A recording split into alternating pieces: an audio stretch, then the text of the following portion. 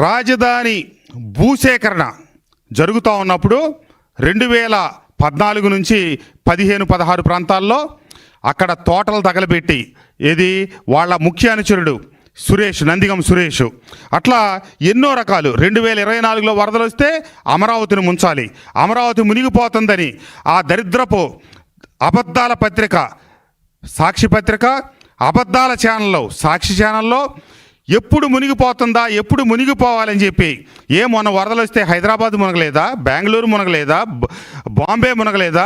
అధిక వర్షాలు పడ్డప్పుడు కొద్ది గంటల పాటు ఎక్కడైనా అవస్థ జరుగుద్ది.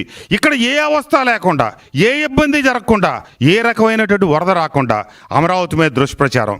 ఈరోజు రాష్ట్రంలో ఈ దుష్ప్రచారాలు చేస్తున్నటువంటి ఈ నేర చరిత్ర కలిగినటువంటి ఒక రోజున మంత్రి పదవి కోసం దిగజారి చంద్రబాబు నాయుడు గారి ఇంటి మీదకి దాడికి వెళ్ళిన ఈ జోగి రమేష్ ఈరోజు అతన్నే ముందుంచి జగన్మోహన్ రెడ్డి ఈ నాటకానికి తెరదీశాడు.